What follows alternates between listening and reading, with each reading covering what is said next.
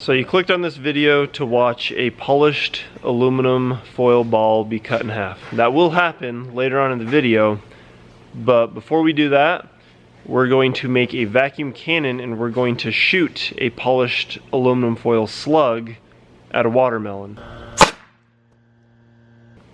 So that's cool too.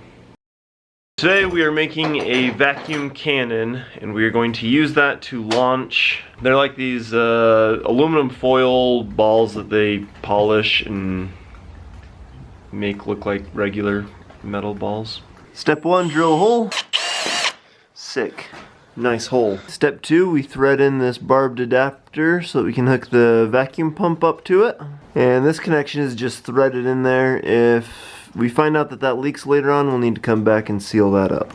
But we'll see if this works first. Next step, we put tape on the back end. Load the ping pong ammunition. See if it's going down. It'll go down once we make it a vacuum. We should have loaded it before we put the tape on. Then tape the barrel closed. Attach the vacuum pump. Turn on the vacuum pump.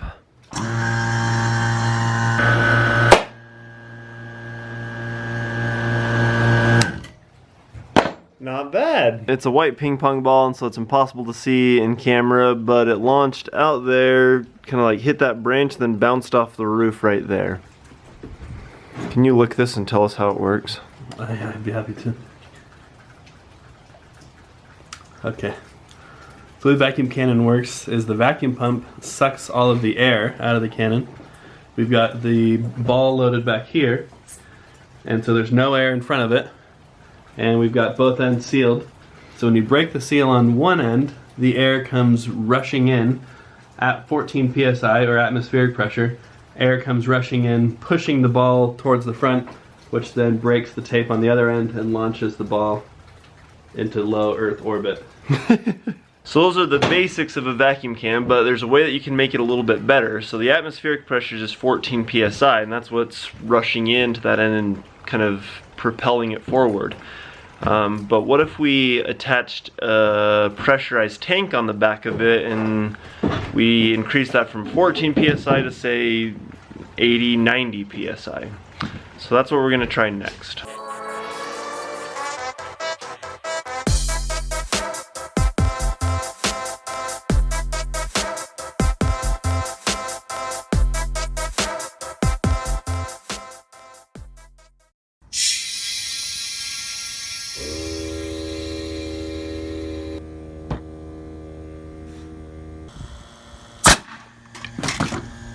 This is what we came up with. We've got our pressure tank back there. We've got a gauge so we can see how much pressure. That's hooked up to the air compressor. We've got a ball valve here. And then the vacuum connects in right there. It took a lot of testing to get it to all work though, and I feel like it could work even better, but so the idea is there's negative pressure in front of the ball, positive pressure behind it. So then when you release it, it goes, you know, hundreds of miles an hour. We did several tests before. We did one of just vacuum. We did a test of just compressed air. And then we did 3 different tests of it combined with the vacuum and with the compressed air.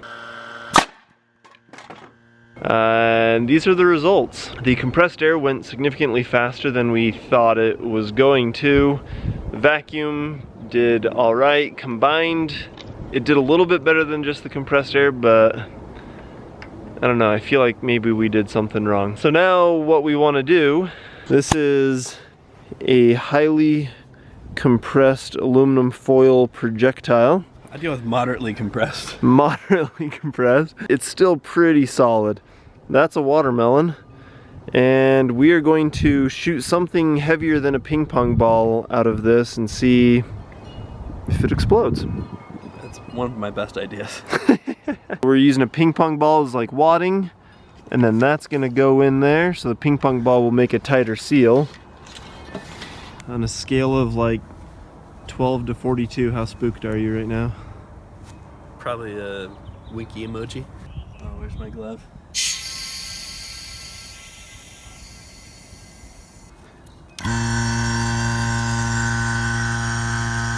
High speed is on, safety squints engaged. Scared. That wasn't bad. Scared.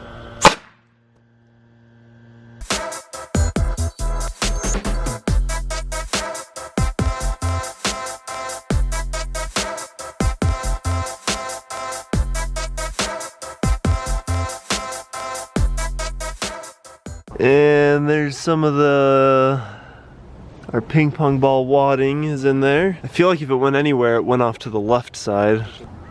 Oh, here it is. It bounced off. It made it more compressed. This is how you make the Japanese ball. You shoot it at a watermelon enough times.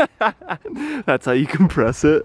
We did the watermelon first because we knew the watermelon wouldn't deform the ball as much, but now we have a can of easy cheese. Sharp cheddar flavor.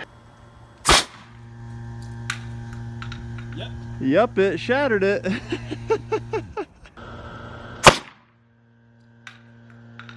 So that's where all the cheese went. Is that like hard cheese in there? I mean, it's not sharp cheddar, all right. There it is. It just like, it like cleanly cut the can in half. And that's not my definition of clean. It doesn't like go through it at all. It's just like It goes off to the side. The shock from the hit was enough to make the can rip apart. Yeah, that. It's like the ping pong ball like gets hit by it afterwards as it's spinning because it broke the ping pong ball. That's crazy. And that brings us to the next point. Where is that Japanese bullet? It bounced off the right side of the can. There's no holes in the shed. There it is. This board is kind of slanted, so then it hit that and shot up, and it went into the jet stream, and the jet stream carried it over there. So that's roughly how you make a vacuum cannon. And now we've got to cut a, what do they call these? Japanese, no, it's like a foiled Japanese polished. We don't want to make one of those, but somebody else made one of those and sent it to us, and so we're gonna cut that in half now. And this was sent to us from another channel called Inspire to Make. And this, he spent hours, probably months, at least years. Hours. Probably used slave labor watch his too. video and you'll see. You can watch his video to see how he made it. It's about 3.5 inches in diameter. So now we are going to cut this in half and see what kind of layers it's got and voids. See how good of a job he did.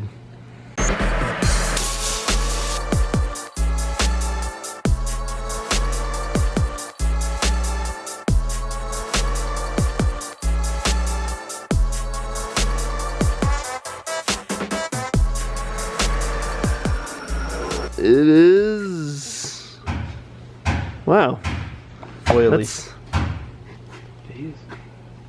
That's more solid than I thought it would be. In the middle it's still like soft foil, but the outside that's like pretty hard. Solid stuff, like for a 1/2 inch. So I think if he would have started it and like compressed it as he went, you'd have a much denser. Start with like a compressed core and then you keep adding layers to that. Yeah.